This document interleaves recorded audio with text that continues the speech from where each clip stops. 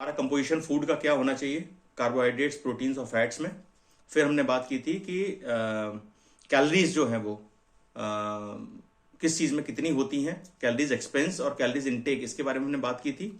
और लास्टली हमने स्टार्ट किया था प्रोटीन के बारे में कि प्रोटीन का इंपॉर्टेंस क्यों है, प्रोटीन हमारी बॉडी में क्यों क्यों ज़रूरी होती है, प्रोटीन हमारी बॉडी में क्या क्या फंक्शंस करती है जिसकी वजह से हमारी प्रोटीन की ज़रूरत होती है। और हमने बात की थी कि हम प्रोटीन की वजह से जो मिथ्स हैं हमारे लिए कि ये प्रोटीन से ये हो जाता है, प्रोटीन से वो हो जाता है, किडनी खराब हो जाती है, लिवर खराब हो जाता है, इसके बारे में हमने बात की थी कि हमें प्रोटीन क्यों इंपॉर्टेंट है और ज़्यादा कितनी होती है और ज़्यादा कम कितनी होती है, इसके बारे में हम अभी बात करेंगे। इसके बारे में हमने बात नहीं की थी, राइट। तो वहीं से स्टार्ट करते हैं। तो इंपॉर्टेंट प्रोटीन इस वजह से था क्योंकि हमारी बॉडी का स्ट्रक्चरल से लेके एवरीथिंग, मतलब हमारी हड्डियों से स्टार्ट करते हैं हम, तो हमारी हड्डियां जो है वो प्रोटीन से बनी हुई होती हैं। उसके चारों तरफ मसल्स, लिगामेंट्स, टेंडेंट्स, वो सारी चीज प्रोटीन से बनी हुई होती है। मसल्स के ऊपर जो हमारी स्किन होती है वो प्रोटीन से बनी हुई होती है। हमारे हेयर्स प्रोटीन से बने हुए थे, हमारी आंखें, everything, each and everything, including हमारे डीएनए, हमारे क्रोमोसोम, हमारी जीन्स जो हैं वो तक प्रोटीन से बनी हुई होती हैं। हमारी बॉडी में जितने भी मेटाबॉलिक रिएक्शंस होते हैं वो सब प्रोटीन की वजह से होते हैं। एंजाइम्स जो है प्रोटीन से बनी हुई होती हैं, राइट। तो इस वजह से प्रोटीन जो है एसेंशियल पार्ट है हमारे न्यूट्रिशन का और हमें उसका ध्यान रखना चाहिए। नाउ प्रोटीन का कंपोजिशन क्या होता है इसके बारे में आज बात करते हैं, राइट। प्रोटीन जो है, प्रोटीन अगर टेक्निकली हम बात करें, वैसे बहुत ज्यादा टेक्निकली हम जाएंगे नहीं, साइंटिफिकली प्रोटीन जो है वो बहुत सारी अमीनो एसिड्स का कंपोजिशन होता है। यानी बहुत सारी अमीनो एसिड्स होती हैं, उनको बाइंड करके उनका एक चेन, उनका एक नेटवर्क जो है वो मिलके प्रोटीन बनाता है, राइट। जैसे फैटी एसिड्स होती हैं अलग अलग तरह की, वो मिला के फैट्स बनाती हैं, उसी तरह से अलग अलग अमीनो एसिड्स मिलके जो है वो प्रोटीन बनाती हैं, राइट। अब टोटल 23 तरह की अमीनो एसिड्स होती हैं, राइट। डिफरेंट अमीनो एसिड्स जो होती हैं वो 23 तरह की होती हैं। 23 तरह के अमीनो एसिड्स में से कुछ अमीनो एसिड्स ऐसी होती हैं जिसको हमारी बॉडी खुद सिंथेसाइज कर लेती है, यानी जो भी हम खाते पीते हैं उससे हमारी बॉडी जो है उसको बना लेती है ऑटोमेटिकली, राइट।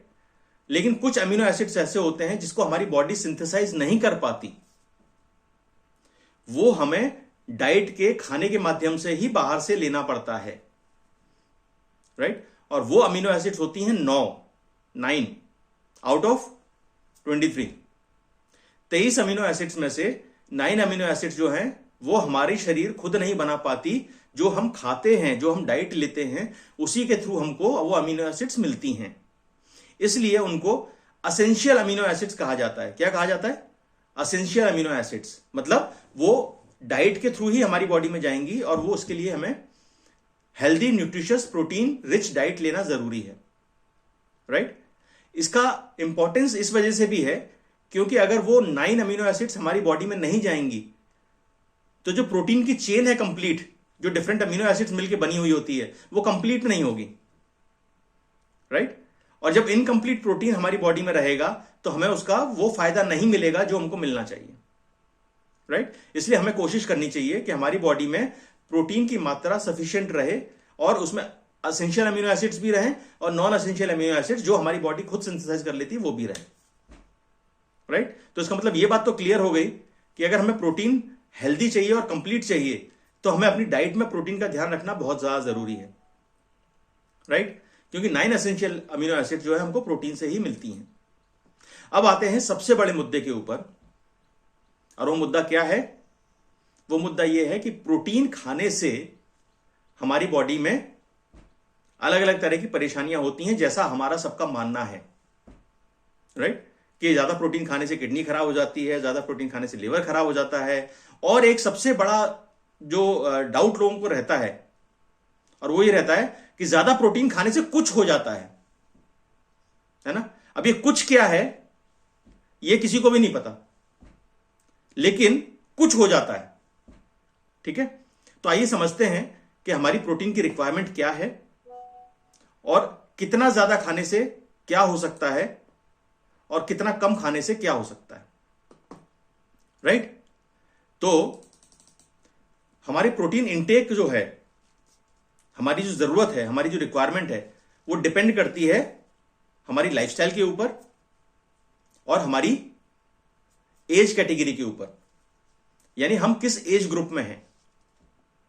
जैसे फॉर एग्जांपल अगर बच्चे हैं मान लीजिए, राइट, जिनकी ग्रोइंग एज है, जो बढ़ रहे हैं, जो ग्रो हो रहे हैं, जिनकी हड्डियां ग्रो हो रही हैं, जिनका बोन मास डेवलप हो रहा है, जिनका मसल मास डेवलप हो रहा है, जिनकी हाइट बढ़ रही है, राइट, जिनका वेट बढ़ रहा है, तो उनको जो है प्रोटीन की रिक्वायरमेंट ज्यादा होती है। क्योंकि ग्रोथ के लिए प्रोटीन जरूरी है। और हम जानते हैं कि protein are the building blocks of our body. ये आपके बच्चे की सेकंड या थर्ड की बुक में जो है लिखा हुआ होगा कहीं ना कहीं, है ना। Proteins are the building blocks of our body, यानी हमारी बॉडी के बिल्डिंग ब्लॉक्स हैं प्रोटीन। तो जो ग्रोइंग बच्चे होते हैं, जो अपनी टीनेज में होते हैं या जो अपने चाइल्डहुड में होते हैं, उनको प्रोटीन की रिक्वायरमेंट ज्यादा होती है ग्रोथ के लिए, अच्छी ग्रोथ के लिए, राइट। और उनको प्रोटीन की रिक्वायरमेंट कितनी होती है, तो ये नोट कर लीजिए और ये खुद भी अपने पास ध्यान में रखिए, और आपके आस पड़ोस में आपके फ्रेंड्स एंड फैमिली जितने भी हैं उनको भी बताइए, राइट, कि आपके बच्चों को कितनी प्रोटीन की रिक्वायरमेंट है। तो जितना भी आपके बच्चे का वेट है, जितना भी आपके बच्चे का वेट है, उसको 1.5 से मल्टीप्लाई कर लीजिए, राइट। उतने ग्राम प्रोटीन की रिक्वायरमेंट है आपके बच्चे की रोज की, करेक्ट। जैसे फॉर एग्जांपल आपका बच्चा मान लीजिए 30 किलो का है, 30 केजीज, राइट। इसको 1.5 से मल्टीप्लाई किया तो कितना हुआ, 45, राइट। तो आपके बच्चे की रोज की प्रोटीन की रिक्वायरमेंट जो है वो है 45 ग्राम्स। अब आप ये एनालाइज करके देखिएगा कि आप अपने बच्चे को डाइट में क्या क्या देते हैं। आपका बच्चा सुबह से लेकर रात तक डाइट में क्या क्या खाता है, ठीक, और कितना कितना खाता है। जैसे फॉर एग्जांपल आपने बच्चे को दूध दिया 1 गिलास या 2 गिलास, राइट, तो आप सर्च करके देखिएगा, आप गूगल पे सर्च करें या कहीं पे भी सर्च करें, आप सर्च करके देखिएगा कि 1 गिलास दूध में कितना प्रोटीन होता है, राइट। और वो ग्लास 250 ml का है, 300 ml का है, वो आप खुद डिसाइड करिएगा कि आप कितना दूध दे रहे हैं उसको। तो 250 ml दूध में या 300 ml मिल्क में कितना प्रोटीन होता है, और स्पेसिफिकली सर्च करिएगा, है ना, आप किस तरह का दूध दे रहे हैं, राइट। आप काऊ मिल्क दे रहे हैं, आप बफेलो मिल्क दे रहे हैं, या आप मिक्स मिल्क दे रहे हैं, जो भी है उसका फैट परसेंटेज क्या है, आप हाई फैट दे रहे हैं, लो फैट दे रहे हैं, फैट फ्री दे रहे हैं, क्योंकि फैट फ्री का बड़ा आजकल फैट चला हुआ है ना, कि फैट फ्री देना है, फैट फ्री देना है, राइट। तो एक बार जो है वो चेक करिएगा। और आप ये नहीं सोच सकते कि आज मेरे बच्चे ने आइसक्रीम खाई तो उसका दूध की रिक्वायरमेंट पूरी हो गई, हेलो, है ना। हाँ, तो एक बार चेक करिएगा कि आप अपने बच्चे को क्या क्या दे रहे हैं सुबह से लेकर रात तक, और एनालाइज करिएगा कितना प्रोटीन उनका दिन भर में जा रहा है। अगर 45 ग्राम से कम प्रोटीन जा रहा है, फॉर एग्जांपल 30 केजीज का आपका बच्चा है, 45 ग्राम से कम प्रोटीन जा रहा है, इसका मतलब आप उसकी ग्रोथ में हैम्पर कर रहे हैं, राइट। इसका मतलब आप उसकी ग्रोथ में हैम्पर कर रहे हैं, वो चाहे उसकी बोन मास को लेके हो, चाहे उसके मसल मास को लेके हो, राइट, चाहे और किसी भी चीज के लिए हो। ग्रोथ मतलब ओवरऑल ग्रोथ की बात करते हैं, राइट। अब बात करते हैं नॉर्मल एडल्ट की। नॉर्मल एडल्ट की, एक नॉर्मल एडल्ट को, आपको, हमको, जितना हमारा बॉडी वेट है into 1, यानी हालांकि 0.8 से 1.2 बोलते हैं, लेकिन मैं 1 एक एवरेज मान के चलते हैं, into 1, राइट। तो अगर हमारा वजन 70 किलो है तो हमें 70 ग्राम प्रोटीन चाहिए, हमारा वजन 80 किलो है तो हमें 80 ग्राम प्रोटीन चाहिए। अब आप खुद एनालाइज करके देखिएगा सुबह से लेकर रात तक के डाइट में। अभी तो चूंकि आप क्लब में आ गए, कम्युनिटी में आ गए हैं, आपने शेक लेना स्टार्ट कर दिया है, तो आपकी प्रोटीन की रिक्वायरमेंट बहुत हद तक पूरी हो जाती है।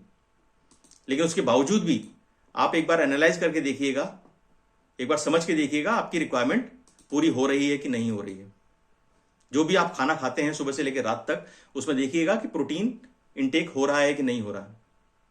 और जिन लोगों को भी रिजल्ट नहीं आ रहा है वेट लॉस का, जिन लोगों को भी वेट लॉस का रिजल्ट नहीं आ रहा है, उसके ऊपर एक बहुत मेजर जो कारण हो सकता है वो ये है कि हमारा जो प्रोटीन इंटेक है वो सफिशिएंट नहीं है। एक बार एनालाइज करिएगा अपना, राइट। जैसे फॉर एग्जांपल मान लीजिए मैं जो है 73 केजीज का 72 केजीज का हूं, राइट। मेरी प्रोटीन की रिक्वायरमेंट कितनी है? 72 73 नॉर्मली, राइट। लेकिन चूंकि मैं रनिंग करता हूं और मैं ट्रेन कर रहा हूं मैराथन के लिए, इसलिए मेरी रिक्वायरमेंट बढ़ के हो जाती है अप्रोक्सीमेटली 1.5 से लेके डबल, राइट। तो इन एनी कंडीशंस मेरी 100 ग्राम से ऊपर प्रोटीन की रिक्वायरमेंट है, अप्रोक्सीमेटली 110। तो ये पूरी कैसे होती है? ये आपकी रिक्वायरमेंट अगर मान लें, क्योंकि ये डिपेंड करता है कि हम किस तरह की एक्टिविटी फॉलो करते हैं। अगर हम बिल्कुल भी एक्टिव नहीं है, एक नॉर्मल पर्सन है, तो 1 ग्राम हमारी रिक्वायरमेंट है।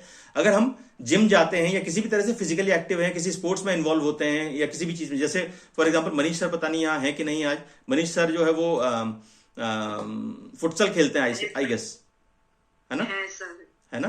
तो वो स्पोर्ट्स में क्योंकि इन्वॉल्व हैं, वो काफी एक्टिव रहते हैं, तो उनकी रिक्वायरमेंट जो है वो 1.5 ग्राम्स के आसपास हो जाती है, यानी इंटू 1.5 करेंगे अपन अपने बॉडी वेट के हिसाब से, राइट। कोई बहुत ज्यादा स्पोर्ट्स में पूरी तरह से एक्टिव है, स्पोर्ट्स ही उसकी लाइफ है, बहुत ज्यादा ट्रेन करता है सुबह शाम, राइट, तो उसकी रिक्वायरमेंट जो है वो डबल हो जाती है, 2 ग्राम से भी ऊपर हो जाती है पर kilogram of body weight, right. तो ये डिपेंड करता है हमारी एक्टिविटी किस तरह की है। अगर आप नॉर्मली 80 केजीज के हैं फॉर एग्जांपल, और हम कम्युनिटी में हैं, तो हम जो मॉर्निंग शेक लेते हैं, अच्छा यहां थोड़ा सा टेस्ट करना बनता है ना। और वो टेस्ट करना इस चीज से बनता है कि पता तो लगे कि हमें पता है कि नहीं पता। तो कौन कौन जानता है कि हम जब मॉर्निंग शेक लेते हैं, एक शेक में हमको कितना प्रोटीन मिल जाता है? हैंड रेज करिएगा एक बार।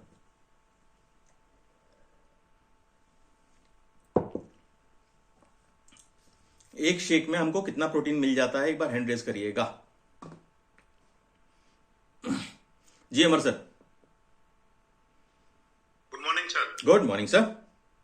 25 ग्राम। 25 ग्राम मिल जाता है, ठीक है। आप 1 स्कूप का पीते हैं, 2 स्कूप का पीते हैं?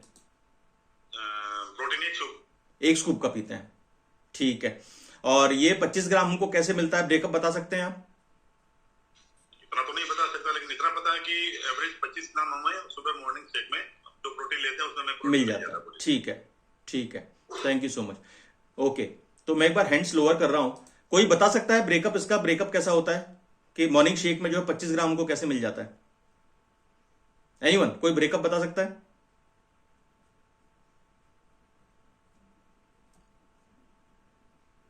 नहीं, वो तरीकी,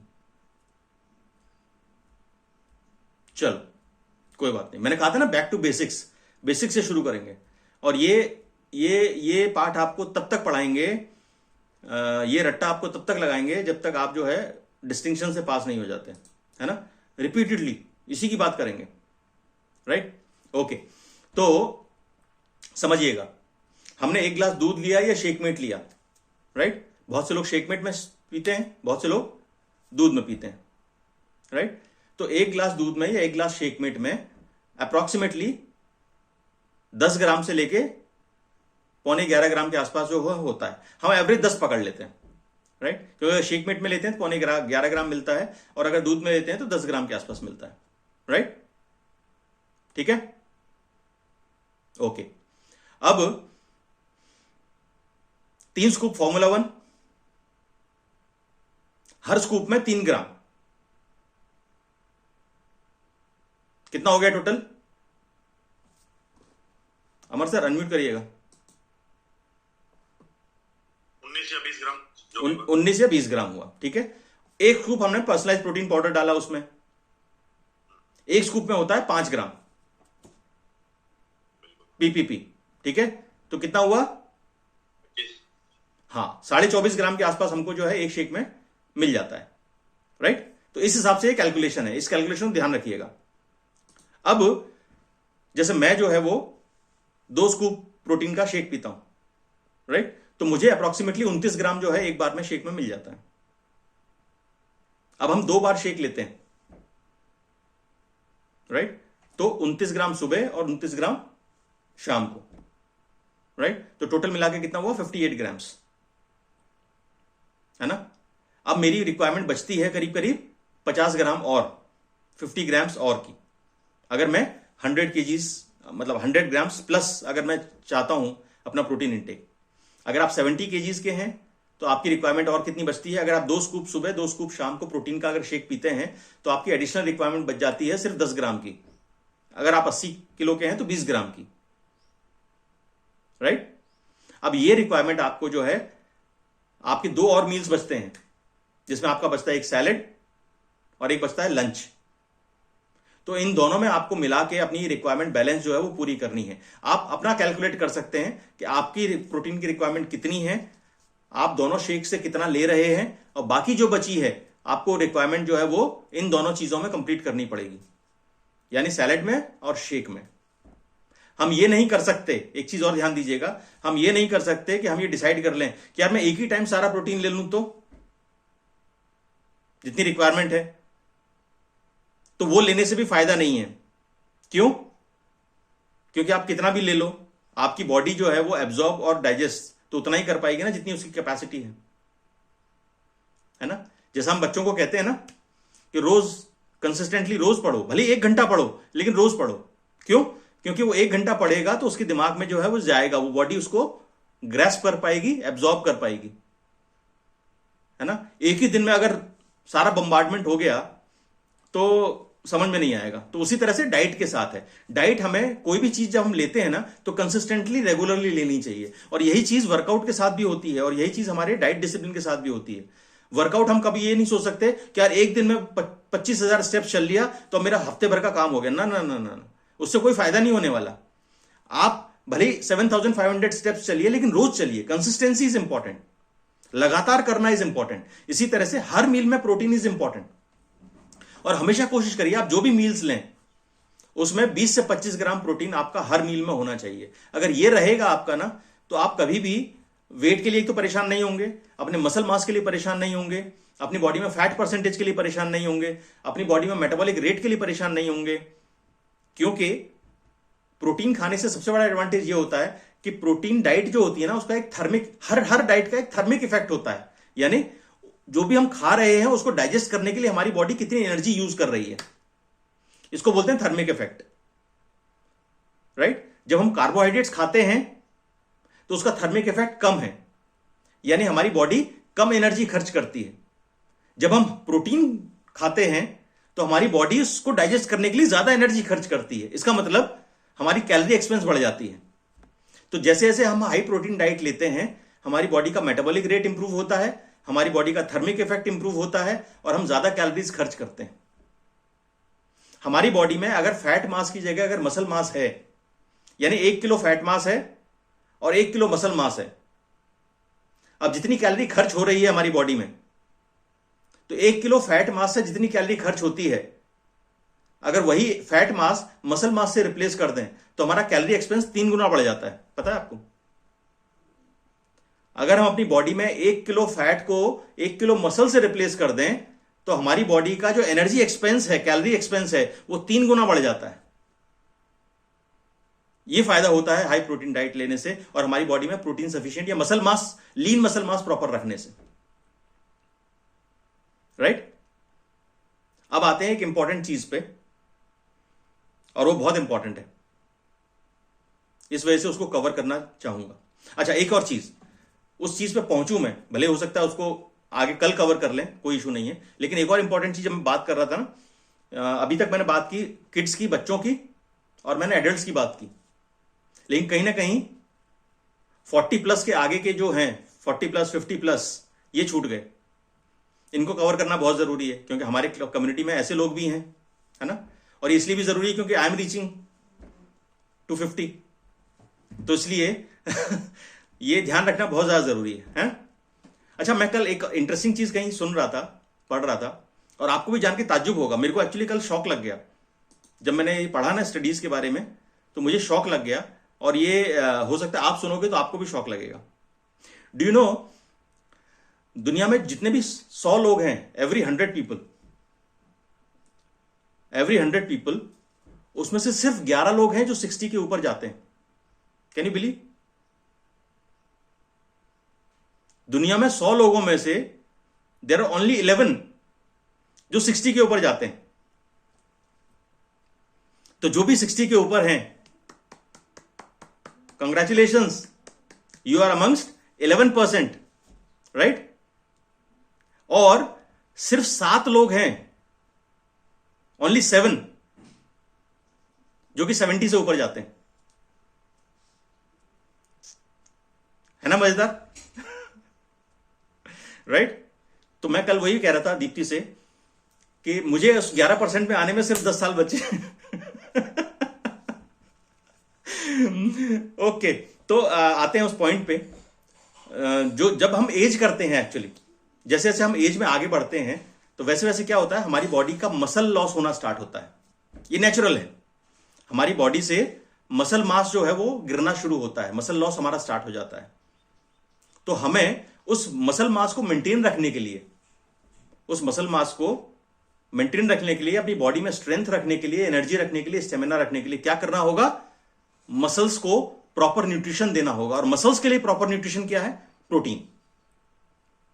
तो जिस तरह से हमारे बच्चों को टीनेज में ग्रोथ के लिए 1.5 टाइम्स प्रोटीन की जरूरत होती है, वैसे ही 50 प्लस लोगों को, जो 50 के आसपास हैं या 50 प्लस हैं, उनको भी अपनी बॉडी में muscle mass, lean muscle mass रखने के लिए, मेंटेन रखने के लिए सेम 1.5 टाइम्स की प्रोटीन की जरूरत होती है उनके बॉडी वेट की। जैसे फॉर एग्जांपल आप 50 प्लस हैं और आपका बॉडी वेट 60 है, 60 है, तो आप इंश्योर करिए, कोशिश करिए कि आपका प्रोटीन इंटेक जो है ना दिन भर का 90 ग्राम्स के आसपास हो विद डिफरेंट सोर्सेस। तो आप ये फील करेंगे कि आपकी एनर्जी, आपका स्टेमिना बराबर रहेगा, आपका लीन मसल मास प्रॉपर रहेगा, और आप जो है वीक फील नहीं करेंगे, आप थके हुए फील नहीं करेंगे, आप ओबेसिटी फील नहीं करेंगे, आपका मोटापा नहीं आएगा, है ना? ये सारी चीजें आपकी होगी, हेल्दी एजिंग होगी एक्चुअली आपकी, राइट? हेल्दी एजिंग होगी। तो इस वजह से आज हमने जो सीखा, जो समझा, जो जाना, वो ये है हमारी प्रोटीन की रिक्वायरमेंट कितनी है। अब आप एनालाइज करिएगा अपनी डाइट के माध्यम से कि क्या आप ज्यादा प्रोटीन ले रहे हैं, जो आप सोच रहे थे कि ज्यादा प्रोटीन लेने से किडनी खराब हो जाती है, लिवर खराब हो जाता है, या कुछ तो हो जाता है, इसलिए ज्यादा नहीं लेना चाहिए। तो आप एनालाइज करिएगा कि क्या आप सफिशिएंट ले रहे हैं, या आप ज्यादा ले रहे हैं, या आप कम ले रहे हैं, है ना? ये आप खुद डिसाइड करिएगा और फिर सोचिएगा कि मुझे अपनी प्रोटीन इंटेक के लिए क्या करना है। क्या इसको कम करना है या इसको बढ़ाना है, और बढ़ाना है तो कैसे बढ़ाना है, क्या बेस्ट मीडियम है बढ़ाने के लिए, किस तरह से हम इसको बढ़ा सकते हैं। क्योंकि अभी हम आगे आने वाले समय में कल जो बात करेंगे वो इस बारे में बात करेंगे कि किस तरह के प्रोटीन जो हैं वो सबसे अच्छे होते हैं, प्रोटीन का क्लासिफिकेशन क्या क्या होता है, राइट? और प्रोटीन के क्लासिफिकेशन के अलावा एक इंटरेस्टिंग चीज जो है वो शेयर करेंगे, और वो ये है कि हमने गूगल पे सर्च तो कर लिया कि 1 कटोरी दाल में इतना प्रोटीन होता है, राइट? और हमने उसके हिसाब से कैलकुलेट करना शुरू कर दिया। पर इंपॉर्टेंट क्या है पता है? इंपॉर्टेंट यह है कि मान लीजिए 1 कटोरी तुअर दाल में हमने गूगल पे सर्च कर लिया कि इतना प्रोटीन होता है, उसके हिसाब से हमने अपना डाइट प्लान कर लिया, राइट? लेकिन हमने एक चीज मिस कर दी, और वो चीज जो है वो ये है कि तुअर दाल में प्रोटीन की बायो अवेलेबिलिटी कितनी है। मतलब समझे? बायो अवेलेबिलिटी मतलब कि वो जो तुअर दाल है 1 कटोरी, हमारी बॉडी जो है उसमें से कितना प्रोटीन एब्जॉर्ब कर पाती है और कितना वेस्ट चला जाता है। बायो अवेलेबिलिटी क्या होती है कि हमारे शरीर को हमने कितना दिया, हमारा शरीर उस फूड आइटम में से कितना एब्जॉर्ब कर सकता है और कितना उसमें से वेस्टेज चला जाता है, राइट? इसके बारे में हम आगे आने वाले एपिसोड्स में बात करेंगे। आज के लिए बस इतना ही। आई होप कि प्रोटीन के बारे में बहुत सारी चीजें आपको क्लियर हुई होंगी। अगर इसके बारे में किसी भी सवाल है आपका तो अपन कल बात करेंगे। कल फ्राइडे है, कल क्वेश्चन आंसर सेशन है, right? So thank you so much and back to Prabha ma'am.